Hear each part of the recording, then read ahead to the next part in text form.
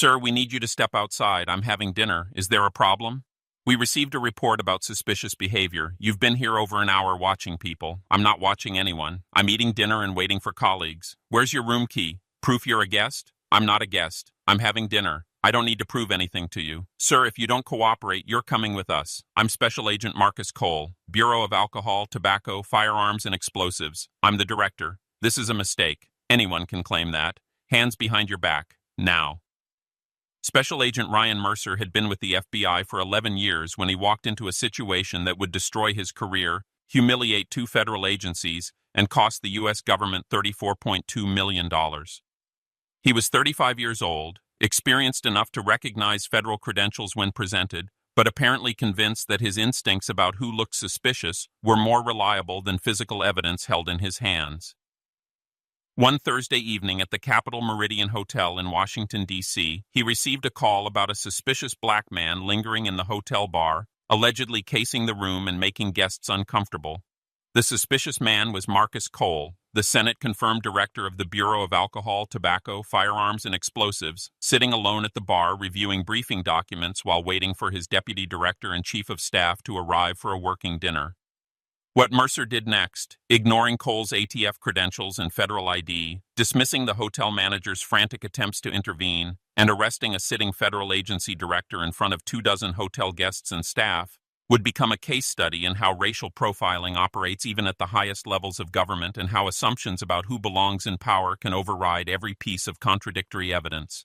A black man in his mid-50s, Marcus Cole, was sitting at a hotel bar reviewing classified briefing documents over a steak dinner at 6:38 p.m. on a Thursday. His ATF director credentials were in the leather portfolio next to his plate. His service weapon was secured in his vehicle per hotel policy. No crime, no disturbance, no violation, just a federal agency director having dinner before a late evening strategy session. But Agent Mercer saw him through a filter so warped by assumptions about power and race that he couldn't process a black man as the head of a federal law enforcement bureau. Before we continue, where are you watching from? If this is your first time here, please hit that subscribe button. Stories like these need to be shared, and your support helps us bring more truth to light. The Capitol Meridian Hotel sits on 16th Street, Nuptuller, 3 blocks from the White House in downtown Washington, D.C. It's a 12-story glass and steel structure built in 2009, designed for the exact clientele it serves: government officials, lobbyists, policy advisors, journalists covering federal agencies, military brass in town for Pentagon briefings, and corporate executives with business before Congress. The lobby is marble and mahogany. The bar is quiet, sophisticated, dimly lit with leather booths and high-backed chairs designed for discreet conversations. It was 6:38 p.m. on a Thursday in October. The bar was moderately busy but not crowded, roughly 15 guests scattered across tables and booths, most in business attire, most working on laptops or reviewing documents while eating dinner. Soft jazz played from ceiling speakers. The bartender moved efficiently between orders. Wait staff circulated with appetizers and entrees. Outside, the early evening rush moved along 16th Street. Taxis, government sedans, evening commuters heading toward metro stations. This was the kind of space where power gathered casually, where assistant secretaries met with committee staffers, where agency directors strategized over bourbon and briefing books, where the real work of government happened away from cameras and committee rooms. The dress code was unspoken but observed: suits, dress shirts, minimal jewelry, leather briefcases, government badges clipped to belts or hanging from lanyards. The clientele was overwhelmingly white, overwhelmingly male, and overwhelmingly accustomed to belonging without question. Marcus Cole was one of 6 black people in the bar that evening. 2 were waitstaff, 1 was a journalist Cole recognized from CNN, 1 was a staffer from the Congressional Black Caucus, 1 was a Pentagon consultant Cole had worked with on firearms trafficking cases. Cole was the only one sitting alone. He'd claimed a seat at the bar itself rather than a table, a strategic choice that gave him a clear view of the lobby entrance so he'd see his colleagues arrive. He'd ordered a ribeye, medium rare, with roasted vegetables and a single glass of Macallan 18. His ATF credentials sat in a leather portfolio to his left. His phone sat face down to his right. His briefing documents, stamped confidential in red letters, were spread carefully in front of him, positioned so only he could read them. The kind of Thursday evening where nothing dramatic typically happens. Marcus Cole had been with the Bureau of Alcohol, Tobacco, Firearms, and Explosives for 27 years. 27 years investigating firearms trafficking networks, dismantling illegal gun-running operations across state lines, and building cases that required understanding both street-level dealers and international smuggling routes. He'd spent 9 years as a field agent in Atlanta, working undercover to infiltrate straw purchase networks that funneled guns from Georgia to New York. 3 years in the Phoenix Field Division investigating firearms flowing south to Mexican cartels. 5 years as special agent in charge of the Chicago Field Division during a period when the city was hemorrhaging from gun violence. And 4 years as associate deputy director overseeing all field operations nationwide before his nomination to director. He'd testified before Congress 17 times. He'd coordinated with DEA, FBI, IC, and Homeland Security on joint task forces. He'd briefed 3 different attorneys general. He'd written policy recommendations that became federal regulations. He'd trained hundreds of agents in advanced firearms investigation techniques. His colleagues called him methodical. His supervisors called him the agent who never closed a case until every gun was traced and every dealer was identified. Cole had graduated from Howard University with a degree in criminal justice, then Georgetown Law, where he'd served on law review and clerked for a federal judge in the Southern District of New York. He'd completed the FBI National Academy's Executive Leadership Program. He'd received the Attorney General's Award for Distinguished Service twice, once for his work dismantling a multi-state firearms trafficking ring that had moved over 2,000 guns into high-crime neighborhoods, once for developing the National Integrated Ballistic Information Network expansion that helped solve 400-plus shootings across 12 cities. He was Senate-confirmed as ATF Director 8 months ago. The vote was 67-31, bipartisan by Washington standards. His confirmation hearing had been contentious but respectful. Senators from both parties praised his record. Even the votes against him were procedural, not personal. At 54 years old, Marcus Cole was exactly where he'd worked to be, leading an agency that desperately needed credible leadership after years of political battles and budget fights. He'd sacrificed 2 marriages to the job. Both ex-wives cited the 80-hour weeks, the classified work he couldn't discuss, the extended undercover assignments that made family planning impossible. He had 1 daughter from his first marriage, now 28, a public defender in Baltimore. They spoke every Sunday. Cole was disciplined, precise, and private. He ran 5 miles every morning at 5:30 a.m. He read extensively, history, policy, legal theory. He had a reputation for being demanding but fair, for expecting excellence but providing support, for never asking his agents to do anything he hadn't done himself. That Thursday, Cole had spent the day in back-to-back meetings. A budget briefing with OMB officials at 9 a.m., a strategy session with DOJ leadership at 11 a.m., a working lunch with the FBI director discussing joint task force coordination, and an afternoon reviewing personnel evaluations for field office leadership. He'd scheduled a 7:30 p.m. working dinner with his deputy director, Lisa Chen, and his chief of staff, Michael Torres, to discuss the rollout of a new firearms tracing initiative that required careful political coordination. He'd arrived at the Capitol Meridian at 6:15 p.m., valet parked his government vehicle with his service weapon secured in the lockbox per hotel policy, and headed directly to the bar. He'd checked in with the maitre d', confirmed his dinner reservation for 3 at 7:30 p.m., and decided to grab a seat at the bar to review his briefing materials while waiting. He wore a charcoal gray suit, white dress shirt, burgundy tie, and black wingtips, the uniform of senior federal officials. His ATF director credentials, a leather bifold case containing his badge, federal ID card with his official title, and law enforcement commission signed by the Attorney General, sat in the portfolio beside him. His phone showed 3 text messages from Chen confirming she was running 15 minutes late. He looked like what he was, a senior government official having dinner before a working meeting. He'd spoken briefly to the bartender when ordering, nodded to 2 other patrons he recognized from interagency meetings, and spent 30 minutes quietly reviewing policy documents. He'd done nothing to attract attention. He'd bothered no one. He'd violated no policy. But to the white woman sitting 3 seats down from him, Marcus Cole's presence was a problem. And 25 minutes after he'd sat down, she decided to do something about it. Special Agent Ryan Mercer was 35 years old. He'd been with the FBI for 11 years, working his way from field agent in the Minneapolis division to the Washington field office's public corruption squad. He was ambitious, results-driven, and convinced that his instincts about suspicious behavior were finely tuned from years of surveillance work. His supervisors described him in evaluations as aggressive and effective in the field, but sometimes prone to assumptions that weren't supported by facts. He'd been recommended for additional training in implicit bias recognition 3 times. He'd attended the training twice. Neither course had apparently changed his approach. In 11 years, Mercer had compiled a record that should have triggered serious supervisory intervention. 13 complaints. 13. 9 of them involved allegations of racial profiling, excessive force, or discriminatory targeting of people of color in situations where his judgment of suspicious behavior was questioned. 4 had been sustained, resulting in written reprimands, mandatory retraining, and temporary reassignment to desk duties. The other 9 had been closed with findings of insufficient evidence or policy compliance, despite witness statements suggesting pattern behavior. Mercer had a pattern. He responded with heightened suspicion to black and brown people in spaces he unconsciously coded as white professional environments.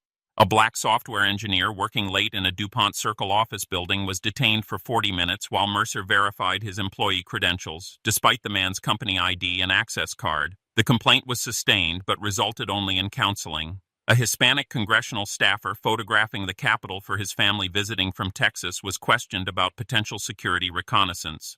The staffer showed his congressional ID. Mercer demanded additional verification. The complaint was dismissed after the staffer's office intervened. An Asian American doctor leaving George Washington University Hospital in Scrubs was stopped and questioned about whether he'd stolen the medical equipment in his bag, a stethoscope and tablet. The complaint was sustained. Mercer received a written reprimand. The pattern was clear. The documentation was extensive. But Mercer remained on active duty, working cases, carrying a badge, and making judgments about who looked suspicious. That Thursday evening, Mercer was off duty but having drinks with 2 colleagues at the Capitol Meridian Bar, agents from the D.C. field office celebrating the close of a corruption investigation. They'd been there since 5:45 p.m., occupying a corner booth halfway through their second round when Mercer noticed the black man at the bar, dark suit, alone, reviewing documents, looking around periodically at other guests, staying too long. Mercer mentioned it to his colleagues. They glanced over, shrugged, returned to their conversation. One said the guy looked like half the federal employees in D.C. Mercer couldn't shake the feeling. Something was off. At 6:35 p.m., a white woman approached the bar, Patricia Hendricks, a lobbyist from a defense contracting firm, in town for meetings with Appropriations Committee staff. She'd been watching Cole as well. She leaned close to the bartender and spoke quietly, gesturing toward Cole. The bartender, Carlos Mendez, who'd worked at the Meridian for 6 years and served hundreds of federal officials, looked confused. He said something Mercer couldn't hear. Hendricks insisted. The bartender shook his head, pointed to Cole's credentials sitting visibly in the portfolio. Hendricks walked directly to the hotel manager's station. Mercer watched this unfold from his booth, his FBI instincts activated. If a guest was complaining, there must be something legitimate.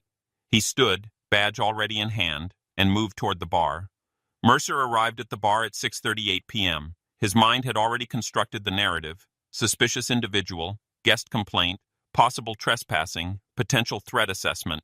He scanned the bar, eliminating obvious non-threats: the business groups, the couples, the white professionals who clearly belonged. His eyes landed on Marcus Cole, black man, alone. Documents spread out, looking too comfortable. In Mercer's mind, that had to be the subject of the complaint. He walked directly toward Cole, FBI credentials already visible, authority posture engaged, shoulders back, chin up, hand near his concealed weapon. Do you think federal agents should face automatic suspension after wrongful arrests of senior government officials? Drop your answer below.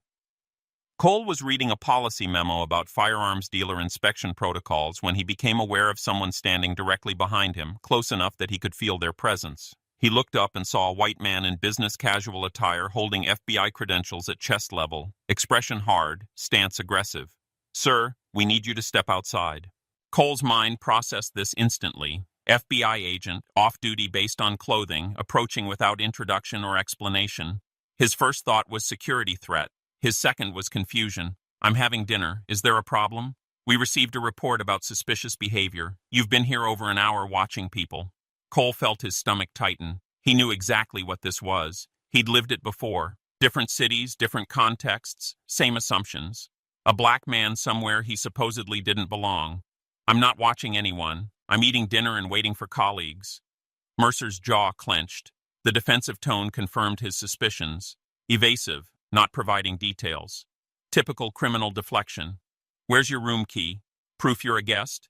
I'm not a guest. I'm having dinner. I don't need to prove anything to you. This is private property, sir. The hotel received a complaint. Cole reached for the leather portfolio sitting 18 inches to his left. Mercer's hand moved toward his concealed weapon. Cole noticed, slowed his movement deliberately, picked up the portfolio with 2 fingers, opened it facing Mercer. I'm Special Agent Marcus Cole, Bureau of Alcohol, Tobacco, Firearms, and Explosives. I'm the director. This is a mistake. Cole held the credentials steady. The gold ATF badge caught the bar's overhead lighting. The federal ID card showed Cole's official photograph, his title in bold letters, Director, and the ATF seal embossed in gold foil. The Law Enforcement Commission beneath it bore the Attorney General's signature. Mercer glanced at the credentials. His expression didn't change. If anything, it hardened. Anyone can buy fake badges online. I need to see government-issued photo ID. This is government-issued ID. Federal law enforcement credentials. You can verify this with 1 phone call to ATF headquarters. Mercer reached for the credentials. Cole pulled them back slightly. You don't touch these. You can look. You can call to verify. You don't confiscate federal credentials. Sir, if you're really a federal agent, you'll cooperate with a fellow law enforcement officer. This is where assumptions become accusations. Mercer had responded to a complaint about a black man in a hotel bar. When he arrived, he saw a black man in a hotel bar. In his mind, that confirmed the complaint. Every piece of evidence after that, the credentials, the professional attire, the calm explanation was filtered through his initial assumption. He wasn't looking at an ATF director. He was looking at someone pretending to be an ATF director to avoid questioning. The cognitive dissonance was complete. Federal credentials, fake. Professional demeanor, rehearsed. Calm explanation, suspicious. A black man claiming to head a federal agency, impossible. The bar had gone quiet. Conversations stopped. Phones appeared. The bartender, Carlos, was frantically trying to catch the hotel manager's attention. Cole saw what was happening. He'd been a federal agent long enough to recognize the moment a situation moves from conversation to arrest. He had a choice, escalate or comply. Agent Mercer, I'm telling you clearly, I am the director of the Bureau of Alcohol, Tobacco, Firearms, and Explosives. I'm here for a working dinner with my deputy director and chief of staff. My credentials are legitimate. If you proceed with this, you're making a mistake that will end your career. Mercer's hand moved to his handcuffs. Stand up, hands behind your back. A voice from behind them, the hotel manager, Thomas Whitmore, rushing over with a tablet in hand. Agent, please wait. That's Director Cole. I have his reservation right here. He's a regular guest for agency meetings. His deputy director is due to arrive in 10 minutes. Mercer ignored him. His focus was locked on Cole. Sir, final warning. Stand up now. Cole made his decision. He stood slowly, maintaining eye contact with Mercer, speaking loudly enough for everyone in the bar to hear. I'm complying under protest. I am Director Marcus Cole, Bureau of Alcohol, Tobacco, Firearms, and Explosives. This agent is arresting me for having dinner while black. Everyone here is witnessing this. Please document it. Multiple phones were already recording. A woman at a nearby table had her camera aimed directly at them. A man Cole recognized as a Politico reporter was filming while typing on his laptop. Mercer grabbed Cole's arm, spinning him around with unnecessary force. Don't touch me like that. I'm complying. There's no need for physical contact. Mercer pulled Cole's arms behind his back and applied handcuffs. The cuffs were tight, deliberately tight, the metal biting into Cole's wrists. Cole said nothing. Documentation was more important than comfort. You're under arrest for trespassing and failing to provide identification. I provided federal credentials. Everyone here saw that. And I'm not trespassing. The manager confirmed my reservation. The crowd had grown. Hotel guests stood from their tables. Someone near the entrance called out. A voice Cole recognized. Ryan, what the hell are you doing? Mercer turned. One of the FBI agents he'd been drinking with earlier approached, face pale with recognition. That's Marcus Cole, ATF director. Senate confirmed. Jesus Christ, Ryan, those are real credentials. Mercer hesitated for the first time. His colleague continued.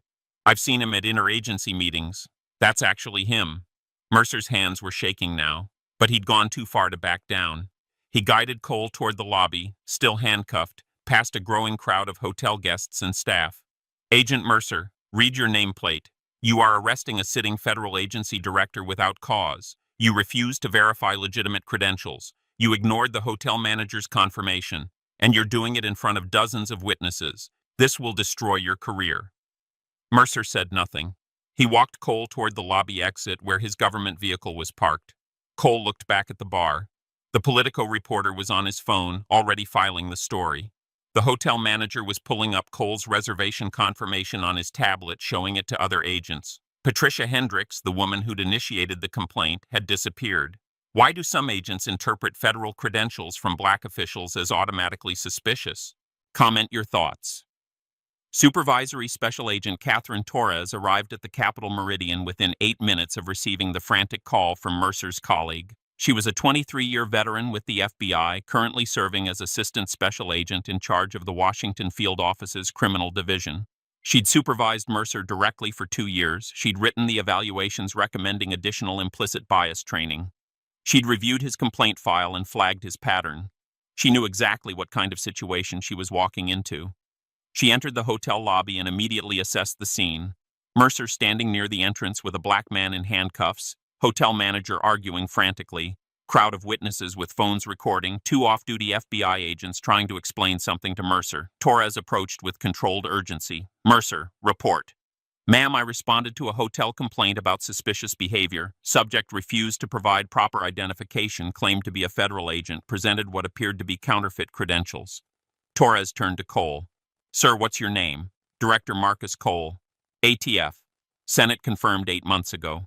My deputy director Lisa Chen is en route. My credentials are in the leather portfolio at the bar. This agent refused to verify them."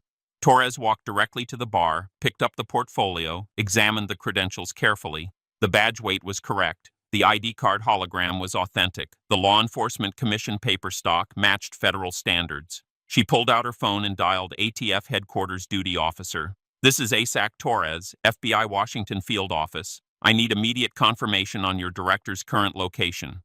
The response came within 30 seconds. Director Cole had a working dinner scheduled at Capitol Meridian Hotel. Deputy Director Chen is currently en route. Is there a problem? Torres hung up.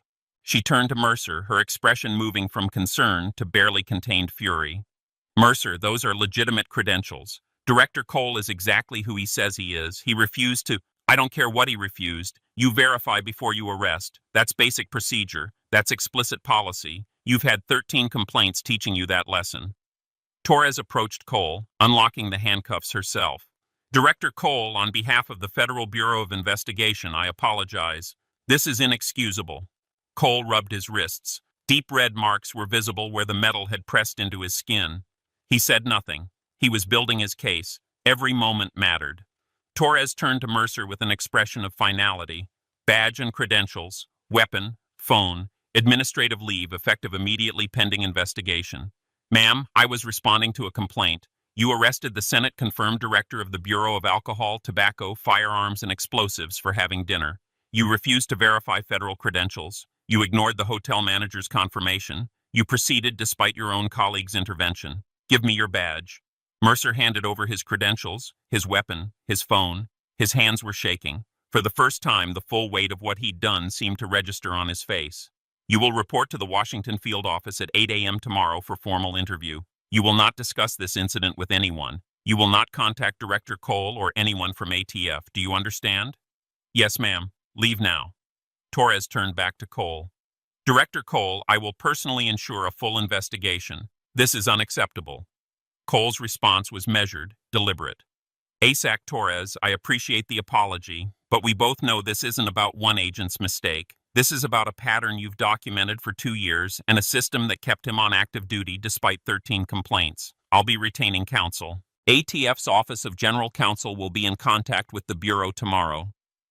Torres nodded. She understood. This was far from over. Should federal agents face automatic termination after wrongful arrests of senior officials from other agencies? Drop your answer. Within 90 minutes, the videos had exploded across every platform. Multiple angles from hotel guests, the Politico reporter's footage showing the entire confrontation, audio of Cole identifying himself, showing credentials, being arrested anyway. FBI agent arrests ATF director at DC hotel, Senate-confirmed official, handcuffed for having dinner while black. Marcus Cole, head of Federal Firearms Bureau, detained after presenting official credentials. FBI agent called fake government pays $34 million. After federal law enforcement director arrested in hotel bar. The outrage was immediate and bipartisan. The White House issued a statement condemning the arrest. The Attorney General personally called Cole to apologize. The Senate Judiciary Committee announced hearings. Civil rights organizations demanded systemic reform. FBI Director Christopher Wray released a statement calling the incident deeply troubling and promising full accountability and comprehensive review of training protocols. Agent Mercer's life imploded within 48 hours. He was placed on unpaid administrative leave pending formal investigation. His security clearance was suspended. His access to FBI systems was revoked. News outlets identified him by name. His photograph circulated on social media with hashtag #FireRyanMercer trending nationally. The FBI Agents Association, the union representing field agents, reviewed the video evidence and declined to provide representation. Their statement was direct. The association does not defend actions that violate civil rights or bring discredit to the Bureau. Mercer released a brief statement through a private attorney. I apologize for my error in judgment. I acted on information provided and failed to adequately verify credentials. But apologies don't undo federal humiliation. Director Cole retained one of Washington's most prominent civil rights attorneys within 72 hours. The lawsuit, filed in U.S. District Court for the District of Columbia, named Special Agent Ryan Mercer individually, Supervisory Special Agent Catherine Torres for supervisory failure despite documented pattern awareness, the Federal Bureau of Investigation, and the United States Department of Justice.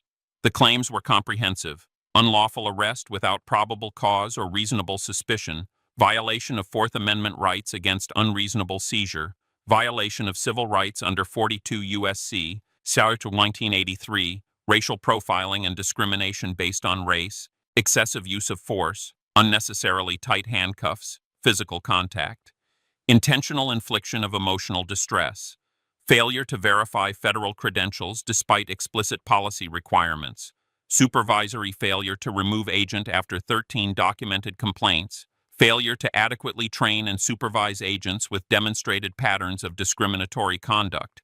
The complaint included Mercer's complete disciplinary record, 13 complaints over 11 years, 9 involving racial profiling allegations, 4 sustained violations, and continued active duty status despite documented pattern behavior.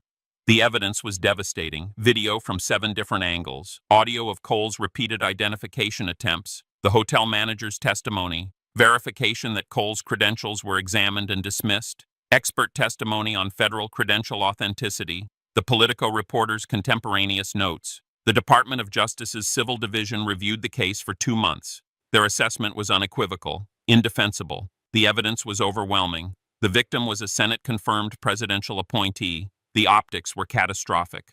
The legal precedent would be damaging. A jury trial would be a public relations disaster for federal law enforcement. The government settled 14 months after the incident. The United States paid $34.2 million to Director Marcus Cole, $30 million in compensatory damages, $4.2 million covering legal fees and expenses. The settlement was among the highest ever paid in a federal civil rights case involving law enforcement misconduct. Additionally, the FBI agreed to implement mandatory federal credential verification protocols, create independent review board for complaints with racial profiling patterns, require supervisory intervention after 5 complaints in 3 years, conduct annual implicit bias assessment for all agents, provide quarterly reporting to congressional oversight committees. Special Agent Ryan Mercer was terminated 11 weeks after the incident. The termination letter was direct and final. Special Agent Mercer arrested a Senate-confirmed federal agency director without probable cause, refused to verify legitimate federal law enforcement credentials despite explicit policy requirements, ignored confirming evidence from hotel staff and fellow agents, and engaged in racially motivated profiling. Despite 13 prior complaints over 11 years, 4 sustained violations, and multiple mandatory training interventions, Agent Mercer continued to demonstrate discriminatory judgment that violated civil rights and brought disrepute to the Federal Bureau of Investigation. His employment is terminated immediately for cause. Mercer's name was entered into the National Decertification Index. His federal law enforcement career ended at 35 years old. His law enforcement certifications were revoked in D.C., Maryland, and Virginia. He released no further statements. Patricia Hendricks, the lobbyist who initiated the complaint, faced professional consequences as well. 3 major defense contractors terminated relationships with her firm. She issued a public apology but declined interview requests. Director Cole testified before the Senate Judiciary Committee 6 months after the incident. His testimony was powerful, precise, and damning. I'm the director of the Bureau of Alcohol, Tobacco, Firearms, and Explosives. I was nominated by the President and confirmed by this Senate with a bipartisan vote of 67 to 31. I've served in federal law enforcement for 27 years. I've testified before this committee and others 17 times. I've briefed 3 attorneys general. He paused, looking directly at the senators. On October 12th, I was sitting in a hotel bar in downtown Washington, D.C., 3 blocks from the White House, having dinner before a working meeting with my deputy director. I had my federal credentials visible. I was professionally dressed. I was reviewing classified documents related to agency operations. I was doing exactly what hundreds of federal officials do in that same hotel every week. Another pause. An FBI agent arrested me. He saw my credentials, examined them in his hands, and called them fake.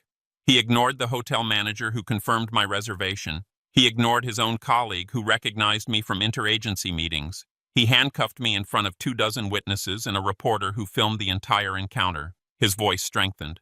The FBI investigated Agent Mercer's record after this incident. 13 complaints in 11 years. 13. 9 of them involved allegations of racial profiling. 4 were sustained violations. And yet he remained on active duty, carrying a badge, making judgments about who looked suspicious. Cole looked at the committee chairman. 13 complaints in 11 years. That's not bad luck. That's not a few isolated mistakes. That's a pattern the Bureau documented, trained on, counseled about, and then ignored, until it targeted someone with the resources and platform to fight back. He leaned forward. The government paid $34.2 million to settle my lawsuit. That's accountability in the form of taxpayer dollars. Agent Mercer was terminated. That's consequence. But money and terminations don't undo the humiliation of being handcuffed in a hotel lobby while colleagues watch. They don't restore the dignity of having your federal credentials called fake. They don't erase the message that even being a Senate-confirmed federal agency director isn't enough to protect you from bias when you're black. Cole's final statement was delivered directly to the cameras. If this can happen to me, with all my credentials, all my authority, all my access to power, what happens to the black teenager stopped in his own neighborhood? What happens to the black professor questioned in her own classroom? What happens to the black doctor challenged in his own hospital? What happens to everyone who doesn't have federal credentials and Senate confirmation and $34 million settlements? The hearing room was silent. Should racial profiling of federal officials trigger automatic DOJ civil rights investigations? Drop your answer. This wasn't just about one hotel bar on one Thursday evening. This was about a system that documented 13 complaints against one agent over 11 years and never removed him until he arrested someone powerful enough to force accountability. It was proof that racial profiling operates at every level, targeting even those who've reached the highest positions of federal power. Agent Mercer's disciplinary file told the story the FBI ignored for a decade. 13 complaints, 9 alleging racial profiling, 4 sustained violations, multiple mandatory training sessions, supervisory flags, evaluation warnings, all documented, all filed, all ultimately dismissed as isolated incidents that didn't warrant removal. But they weren't isolated. Every complaint showed the same pattern: black and brown people existing in spaces Mercer unconsciously coded as white professional environments. An engineer in an office building, a congressional staffer photographing the Capitol, a doctor leaving a hospital, a federal agency director having dinner. The pattern was clear, the documentation was comprehensive, but the FBI treated each incident separately, never connecting them, never acknowledging that 13 complaints wasn't a series of misunderstandings. It was evidence of an agent who saw race as probable cause.